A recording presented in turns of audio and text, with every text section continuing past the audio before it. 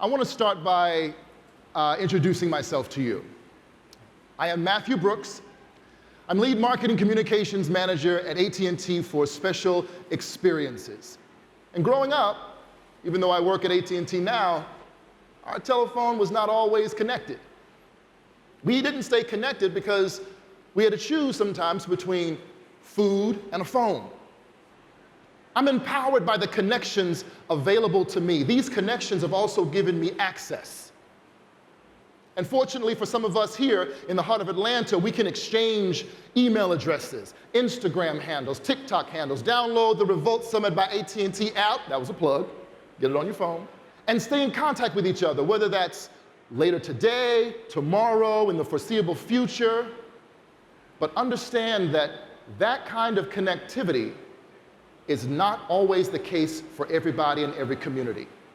Too many communities across the United States lack access to high-speed, reliable broadband connectivity. Can you believe that in 2022? Lack of these resources can limit educational, economic, and professional success. There are barriers out there to your success, to gaining access to information. In my current work at AT&T, I create experiences like REVOLT Summit at AT&T that foster deeper connections and evoke conversations that live at the intersection of culture and technology. I told y'all connectivity is at our core at AT&T.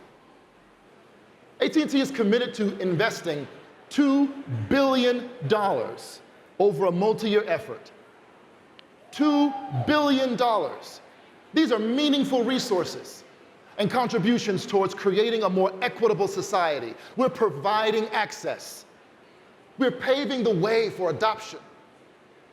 We continue to put AT&T resources and leadership to work towards initiatives that we believe can diversify and strengthen our workforce internally, but also advance economic opportunity and overcome systemic barriers for all. I thank you for your investment in our future. I thank you for your time today. My name is Matthew Brooks with AT&T.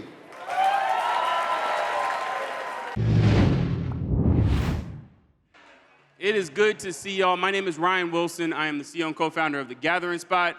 We are about to have an amazing conversation talking about the future of connectivity. To do that, I have some amazing guests that I'm going to introduce in just a second.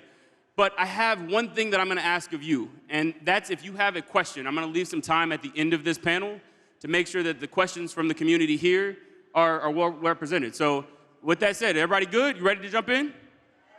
All right, so our panelists for the Future of Connectivity panel. First, we have Will Campbell. Welcome, Will. Second, we have Deandra Jones.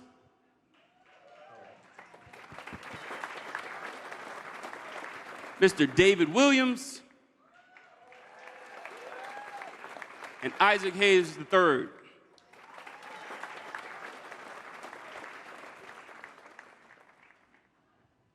How are y'all? Excellent, how are you? Awesome. Doing good. Good. Look, I'm excited for this conversation. We have a lot of ground to cover, so I want to jump right in if it's okay with you. First and foremost, though, we need to get some of the administrative work out of the way. So, Will, I'm going to start with you. Can you give a brief introduction? Tell us who you are and what you do. Yeah, absolutely. Will Campbell, I'm the CEO of an agency called Quantasy. Huge thanks to the REVOLT team for having me.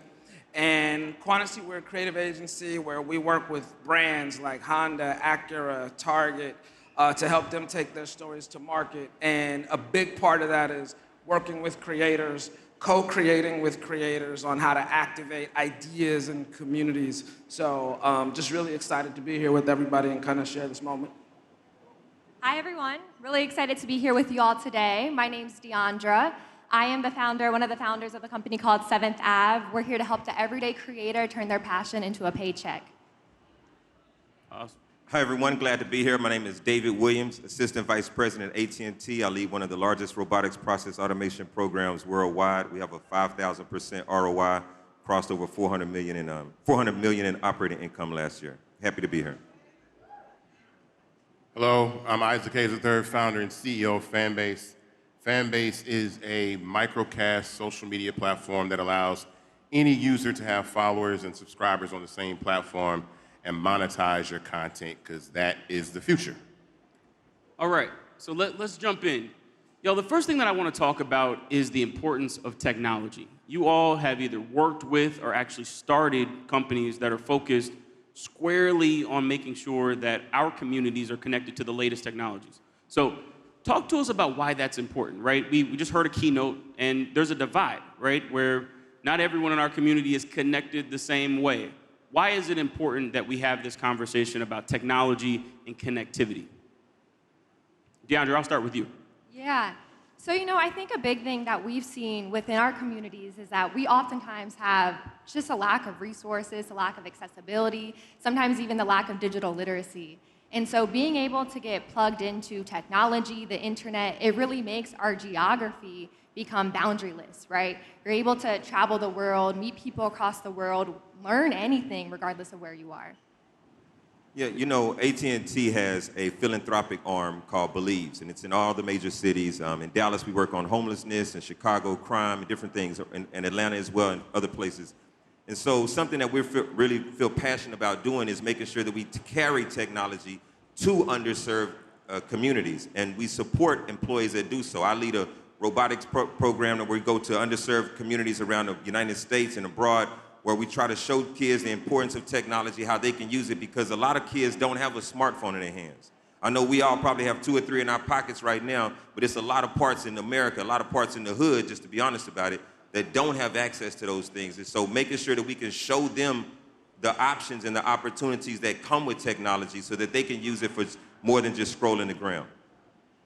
Yeah, I love that, and I think to your point, one of the great things about technology is just access, and being able to create access, whether it's overcoming geographic barriers, overcoming access to monetize and create revenue, and all of those things. And so I think that oftentimes access to technology can be an equalizer when it's properly rolled out and properly utilized. Yeah, I say that. I think that technology is paramount in the future because the world is about to drastically change when it comes to employment. Computers and AI are about to get rid of a lot of jobs, but the ability to turn yourself into a business with just a phone is the future. And so being connected to technology and connectivity is extremely important, because when they're self-driving Ubers and freight trains and cars and there's nobody in McDonald's but a kiosk, there are going to be a lot of people out of jobs. And so we need to have other alternative resources using technology to find a way to make money in the future. Yeah, and to that point, as those lower skilled jobs go away, there is equally a demand for higher skilled jobs that pay a better wage. And so although, somebody used to work at the toll booth 15 years ago, now it's all digital, but now we need engineers to run that digital toll booth platform, right? And so there's always opportunities. We just have to be on the right side of the digital divide so that we can benefit from that opportunity. So, David, I want to stick there for a second, right? So for folks that heard all of what we just shared and are like, that sounds great, but I don't know how to get into anything connected to tech. What advice do you have on how to get into the game? So, look, my organization literally is #1 in the world in what we do, right? And I just promoted a bunch of folks last year. I promoted a bunch of black men, black women, Asian, LGBTQ, folks living with disabilities, a whole nine. Most of those folks don't have a technology background. And I like being #1.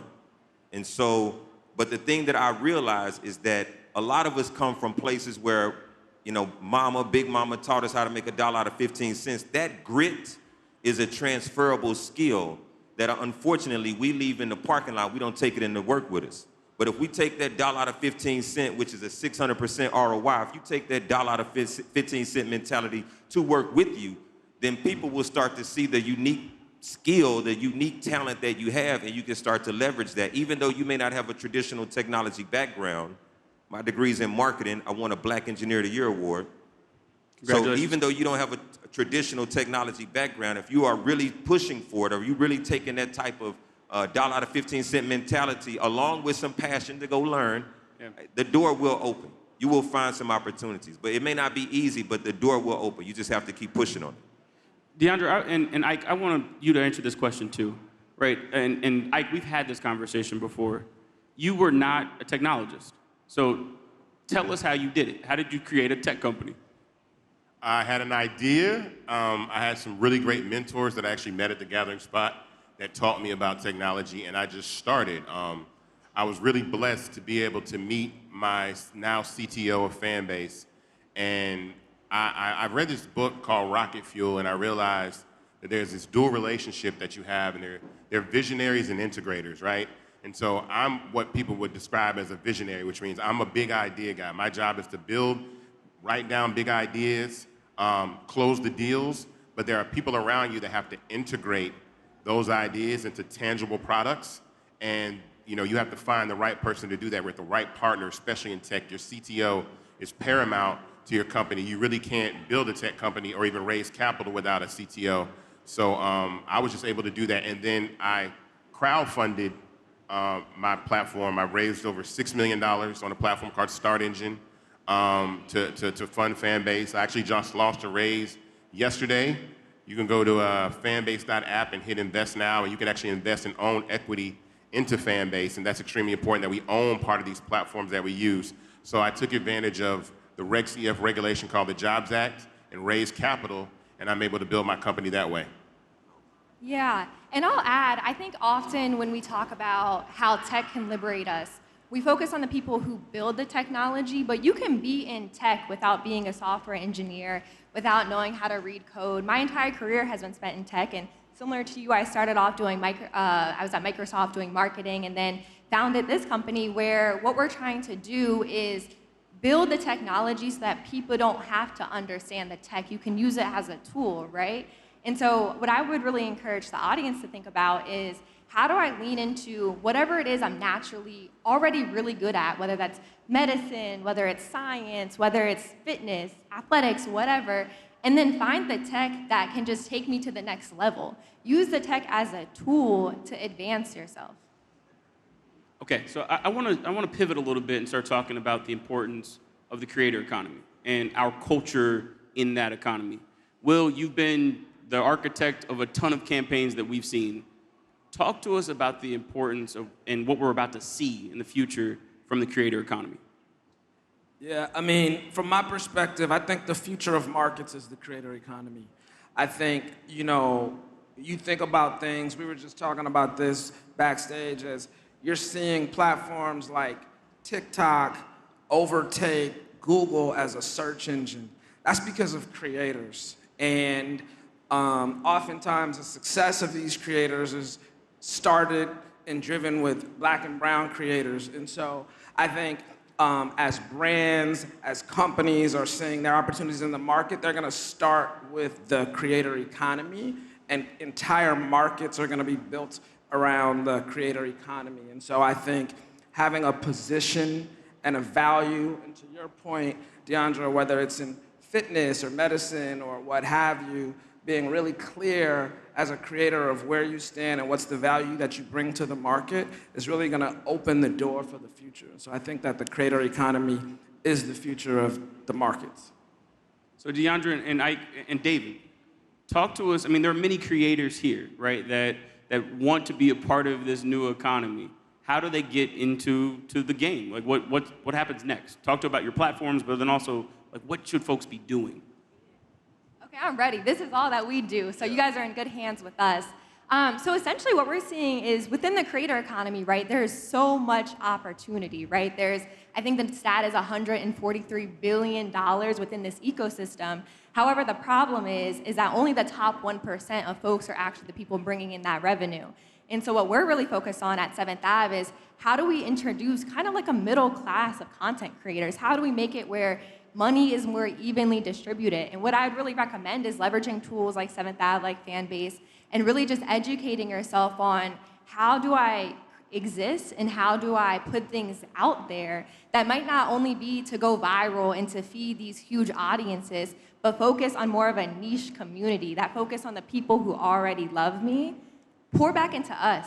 Because the thing is, we're a loyal community base, right? We loyal people, And I think we oftentimes just get so focused on like going bigger, getting that blue check, just growing, that we don't take the second to really look around and be like, what do I have around me, and how can I really evangelize this?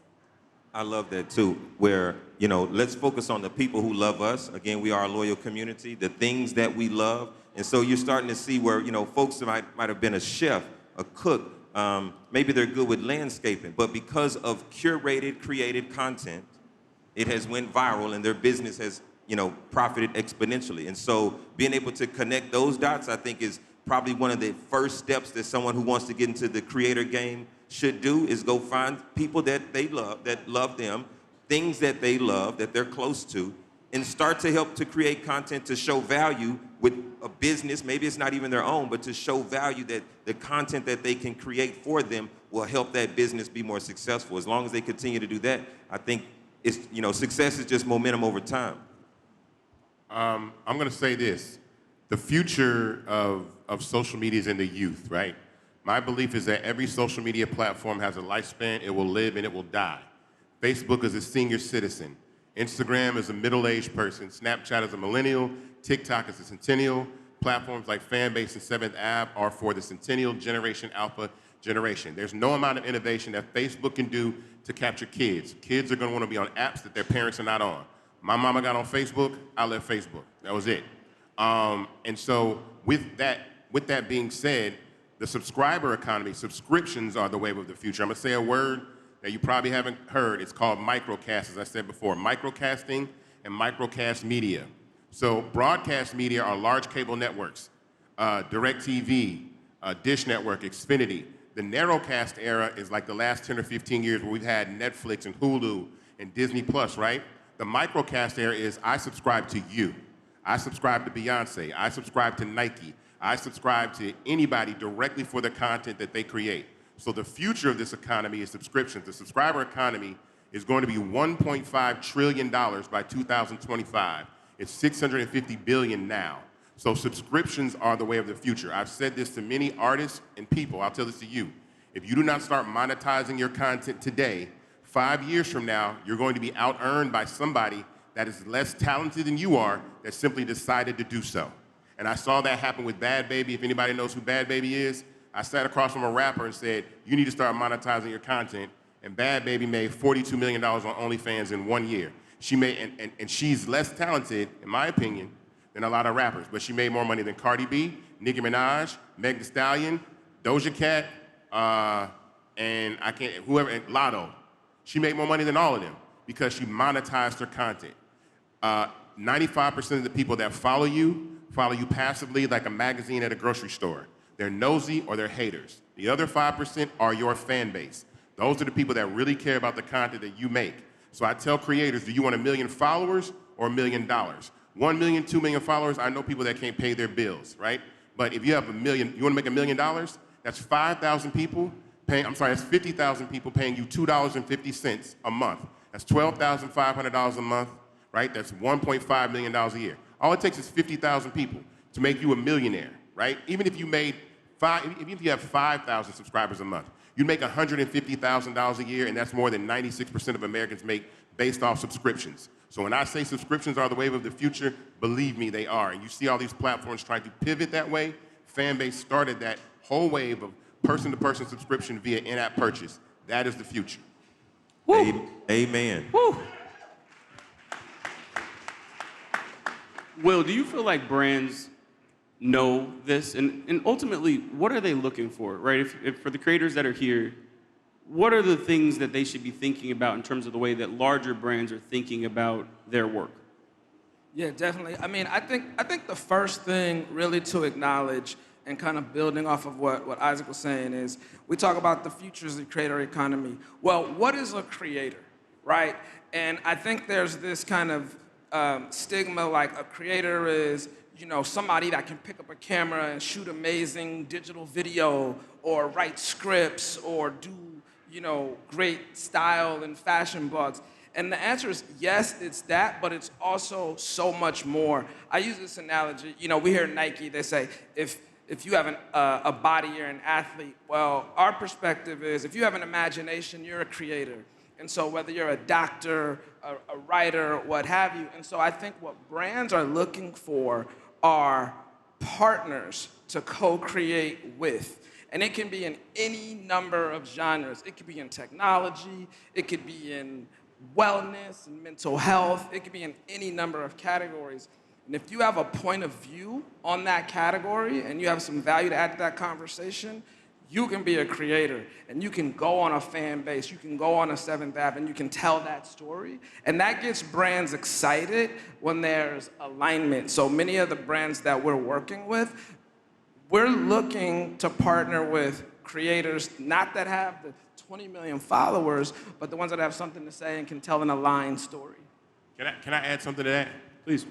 Every single person on social media is a content creator. If you post 1 photo a year or 100 a day, they're running ads in between all of it. Everything is content. So that doesn't matter. And what I think when we say creator economy or creator, it alienates or isolates a certain percentage of people, right? So there's only a certain amount of people that are going to use Patreon that consider themselves content creators. There's only a certain amount of people that are going to use OnlyFans and consider themselves content creators. Every single person is a content creator. On Fanbase, you have the ability to receive virtual currency, which is real money and love on anything that you post. So as a brand, let's say you post a pair of Nikes, right? And then Nike can come on your page and say, we love you, love Nike, and give you $150 worth of love on your photo of shoes and say, go buy some shoes on us. Fanbase is going to turn every single person on the planet into a content creator, whether they intended on being one or not. If you post a can of Coke, Coke can come by and drop you some money and show you some love for showing Coke. So I feel like everybody is a content creator. So the ability for us to monetize our content, because if the platform, if Instagram or all these platforms are not paying you directly, then you are the product. You're being used. You're being used to run ads in between everything you do. So I want to turn everybody else into a business as opposed to being used to run ads.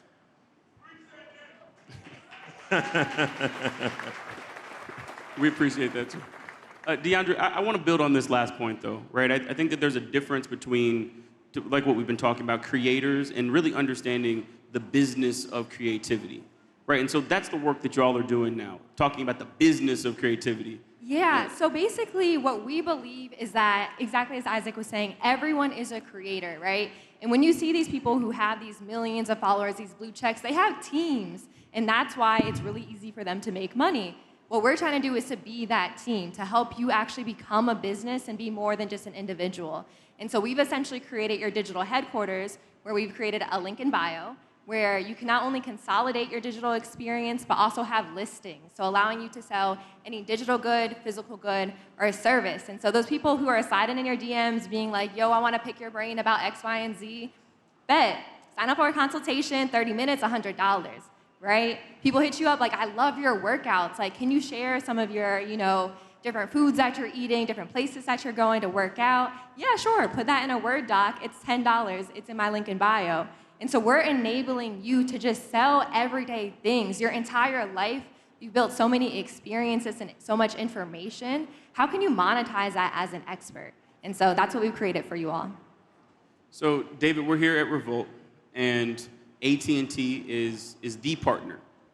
Talk to us about the importance of experiences like this, right? The connectivity that exists between all of the folks that will attend Revolt, the summit over the next couple of days. Like, why is AT&T involved? Sure. So if we're talking about the future of connectivity, are we talking lyrically or digitally? Visually distributing the T over the 5th G? No, seriously. No, seriously, look. That was a bar. No, seriously, look, for AT&T, we've been around 145, 146 years. We know that the #1 connection is the human connection. And so our mission is to connect people better than anybody else in the world, no matter what they're doing, play, work, leisure, et cetera. And having experiences like this allow folks who are leading those things out in the world, you guys are the tip of the spear. That's why you're here. And so to expose what it is that AT&T does and show that we are in full support of the creativity, of the longevity, of the culture, is important so that you guys are not only, customers of AT&T, but hopefully advocates of AT&T and what it is that we do. it is also an opportunity to let you guys know that what we're doing in the community is not just trying to sell broadband. You know, we're working with ISD so that we can provide low-cost or no-cost broadband to underserved communities. We're working with Martin Luther King centers and libraries all over the United States to provide connected learning so that folks not only have the broadband, but they have some of the tools on the other end of that broadband so they can start to create content, because maybe I don't even have a computer in my home or on my block or in my zip code, right? And so that's the importance of AT&T to be here, is to show that we're in full partnership with absolutely everything that Revolt is doing. So thank you guys for letting us partner with you. Yeah, well, So I love that, and I think these programs that companies like AT&T are developing are hugely important to think about, because it's not just social media. Creativity is, you have ideas, you have thoughts around innovations, and brands are understanding that now, and they're building out programs, accelerator programs. You may have an idea for a business that brands will get behind. Inclusion programs, employment programs, access programs. So the ideas and innovations that you're thinking about, absolutely creating your own content is a big piece of that, but using your creativity and working with partners and looking at some of these different programs that are out there. You look at like Revolt, Bet on Black, right? Where giving funds to potential startups and those kind of things. So I think it really starts with creativity and how to work with others and, you know, get ideas funded and those kinds of things, and not leaving it just as social media. so we have a special guest, y'all, that's joining us, and I'm really excited to welcome one of the Revolt dreamers to the stage. Savon, where are you? Come join. Everybody give a warm welcome.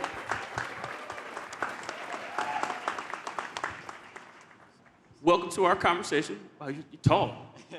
We need to change seats. Tell us your name, and we're gonna. And I know you're gonna have an opportunity for a question, but tell us your name first. My name is Savon Ayler. And so, Savon, what is your question to this panel? We were talking about connectivity, relationship building, the importance of technology. What question do you have for the group? The question I had for you guys was, how did technology and social media interfere and influence on you guys' personal business, as far as positive and negative outcomes as far as social media goes for you guys? Okay, I'll take the first stab at it. So for AT&T, we're a huge company, you know, couple 100,000 people, and so social media is different for us. Actually, the social media director is here as well. So they do a lot for AT&T in regards to, a lot of times there are things that may go on. We hear about storms or outages or, you know, a bad situation that's happening in a specific place. Our social team is listening to that so that we can respond accordingly. Sometimes certain things happen and we have to make sure that we're in tune to those things so that we may tune the network to help with whatever is going on there, a catastrophe, I don't want to say 9/11, but those types of events, you know, big things like that. We also use social media because a lot of times customers may be frustrated with something that's going on, and they may vent on social media. When that happens, we have a team of people that reach out to them to try to understand what the problem is and go resolve it as quickly as we can.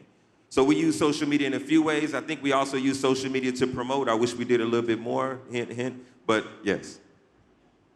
And I can go. I think we have made social media almost a member of our team. I think when we first started building things out, you know, as a first-time founder, you got some ideas and you're like, man, this is the best idea ever. I'm gonna put this out here, people are gonna love it. You put it out and you're like, people aren't really messing with it, right? And so what we've started doing is just asking people, you like the green logo or the pink logo? Vote. You want this product, you want this product, this feature or that feature. And we just ask the people, we ask the community, and we let people tell us what it is that they need. And then that goes right into our product. And so social media has been a team member for us, and I'm very appreciative to all of you all and everyone who's participated in that. So, y'all, we have just a couple of minutes left, right? And I have one question that I think really speaks to one other aspect of connectivity, which is about relationship building, right? And I think that's part of what we're doing here over the course of the weekend. Talk to us about the importance of building networks, real networks, in-person networks, right? And how they have shaped your career and whatever encouragement you have for folks that are here. And I'm gonna start with you. Your network, like why is it important? How do you build it? Well, I mean, relationships are more important than money. I have a relationship with Ryan. I have relationships with a lot of people. The relationship that led to my CTO was from my attorney. that's been my attorney for almost 17 years. And so don't burn bridges, always be the person that you can pick up a phone and call somebody. Like literally, there's an artist, a really big artist that we want to get on fan base, and his attorney is an attorney that I had, that I still use now, and I didn't even know, and I can pick up the phone and call him and be like, oh, I want to have this conversation with this new client of yours about working with fan base, and I already know him. It's because the relationships are intact. And so people that are in this room today, 5, 10 years from now, maybe CEOs of their own companies can hire you, work with you, give you opportunities. So take advantage of all of those. Build as many relationships and keep them, maintain them, stay in contact. Don't get funny, don't get distant or whatever. You never know who's gonna wind up being the next big executive in this room or whatever. You never know. So just maintain that human connectivity and stay connected and humble. I think that is a perfect place to leave this conversation. Thank you, sincerely. Y'all, this conversation was about the future of connectivity. Please give it up for our panelists. Thank you. We covered a lot. We talked about the importance of technology. We talked about relationships. We talked about monetizing in the creator economy, right? So please listen to these folks. They're doing work at extremely, extremely high levels, and I was excited to be able to just participate. So we will see y'all soon. Enjoy the rest of the day.